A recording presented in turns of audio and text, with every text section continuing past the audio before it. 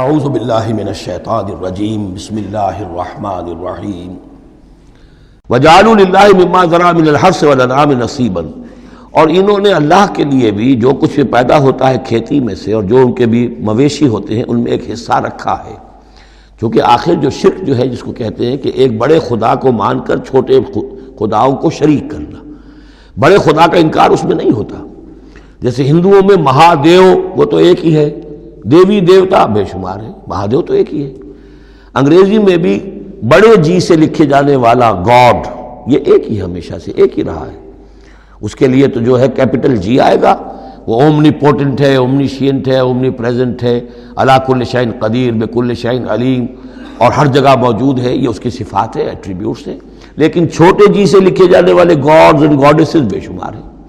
اسی طرح اہل عرب کیا کہتے تھے؟ اللہ تو ایک ہی ہے، اللہ تو دو نہیں ہے، اللہ ایک ہی ہے، کائنات کا خالق بھی وہی ہے۔ چھوٹی چھوٹی دیویاں بھی ہیں، دیوتا بھی ہیں، ان کا بھی کچھ عمل دخل ہے، کچھ اختیار ہے، کچھ سفارش کرتے ہیں، کچھ اللہ تعالیٰ نے اپنے اختیارات میں سے کچھ حصہ ان کو سونپ رکھا ہے، ان کی مٹھی چاپی کی جائے، ان کی کوئی خدمت کی جائے، انہیں خوش کیا جائے، ڈنڈوت کی جائے، تو اس سے یہ کہ دنیا کے کام چلتے ہیں۔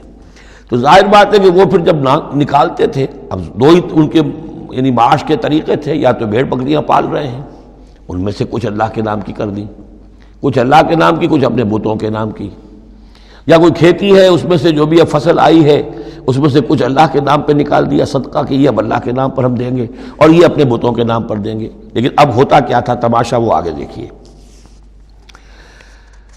وَجَعَلُوا لِلَّهِ مِمَّا ذَرَا مِنَ الْحَرْثِ وَالْأَنْعَامِ نَصِيبًا، اتنا انصاف تو وہ کرتے ہیں کہ اللہ کے لیے بھی حصہ رکھتے ہیں اپنی کھیتی کی پیداوار میں سے بھی اور اپنے مویشی میں سے بھی۔ فَقَالُوا هَذَا لِلَّهِ بِزَعْمِهِمْ، وہ کہتے ہیں یہ تو ہم نے نکال دیا اللہ کے نام پر، وَهَذَا لِشُرَكَائِنَا، اور یہ جو ہے یہ ہمارے شریکوں کے لیے، ان کے لیے بھی تو کچھ آخر نذرانے ہونے چاہیے۔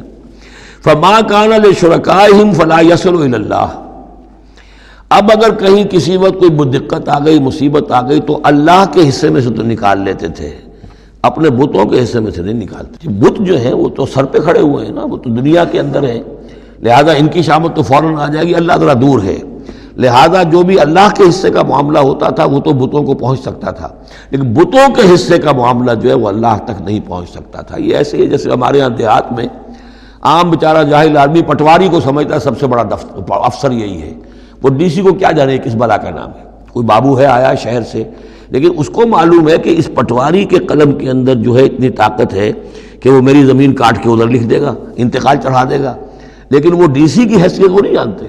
تو اللہ تعالیٰ جو بڑا خدا ہے، وراء الورا ثم وراء الورا ثم وراء الورا، وہ تو ہے ٹھیک ہے، لیکن یہ کہ یہ ہے جو سر پر مسلط ہے۔ فما کان لشرکائہم، تو جو حصہ ہوتا تھا ان کے شریکوں کے لیے، فلا یصل الی اللہ، تو وہ نہیں پہنچ سکتا تھا اللہ کو۔ وما کان للہ، اور جو ہوتا تھا اللہ کے لیے، فہو یصل الی شرکائہم، وہ ان کے شرکاء تک پہنچ جاتا تھا۔ ساء ما یحکمون، برا ہے جو یہ فیصلہ کرتے ہیں۔ وَكَذَلِكَ زَيَّنَ لِكَثِيرٍ مِّنَ الْمُشْرِكِينَ قَتْلَ أَوْلَادِهِمْ شُرَكَاؤُهُمْ، اور اسی طریقے سے مزین کر دیا بہت سے مشرکین کے لیے ان کے شرکاء نے ان کی اولاد کو قتل کرنا۔ اب یہ بھی جنوں کے نام پر بھی وہ بچوں کو بھیٹ چڑھانا، یہ ہندوستان میں بھی ہوتا ہے، دیوی کے نام پر بچے کو بھیٹ چڑھا دیا ہے، قربان کر دیا ہے، اپنی اولاد کو بھیٹ چڑھاتے ہیں، لِيُرْدُوهُمْ، تاکہ وہ انہیں برباد کریں، وَلِيَلْبِسُوا عَلَيْهِمْ دِينَهُمْ، اور تاکہ ان کے دین کو ان کے اوپر مشتبہ کر دیں۔ یہ دین کے تحت ہو رہا ہے، یہ قتل اولاد، بچوں کو بھیٹ چڑھایا جا رہا ہے۔ وَلَوْ شَاءَ اللَّهُ مَا فَعَلُوهُ، اگر اللہ زبردستی کرتا تو وہ یہ نہ کر سکتے۔ فَذَرْهُمْ وَمَا يَفْتَرُونَ، تو چھوڑیے ان کو، دفع کیجیے ان کو اور جو بھی افترا بازی یہ کر رہے ہیں۔ وَقَالُوا هَٰذِهِ أَنْعَامٌ وَحَرْثٌ حِجْرٌ، اور ان کا کہ یہ جو جانور ہیں اور یہ جو کھیتی ہے یہ ممنوع ہے۔ کیا مطلب ممنوع کا؟ لا يطعمها الا من نشاء، اس کو نہیں کھا سکتے مگر وہی جو ہم جانتے ہیں، جو ہم سمجھتے ہیں، جس کے بارے میں ہماری رائے، بزعمہم، ان کے اپنے خیال میں۔ وانعام حرمت ظہورها، اور یہ جو چوپائے ہیں ان کی پیٹھیں جو ہیں حرام کر دی گئی، ان کے اوپر کوئی سواری نہیں کر سکتا، اس اونٹ پر اس پر کوئی سوار نہیں ہوگا۔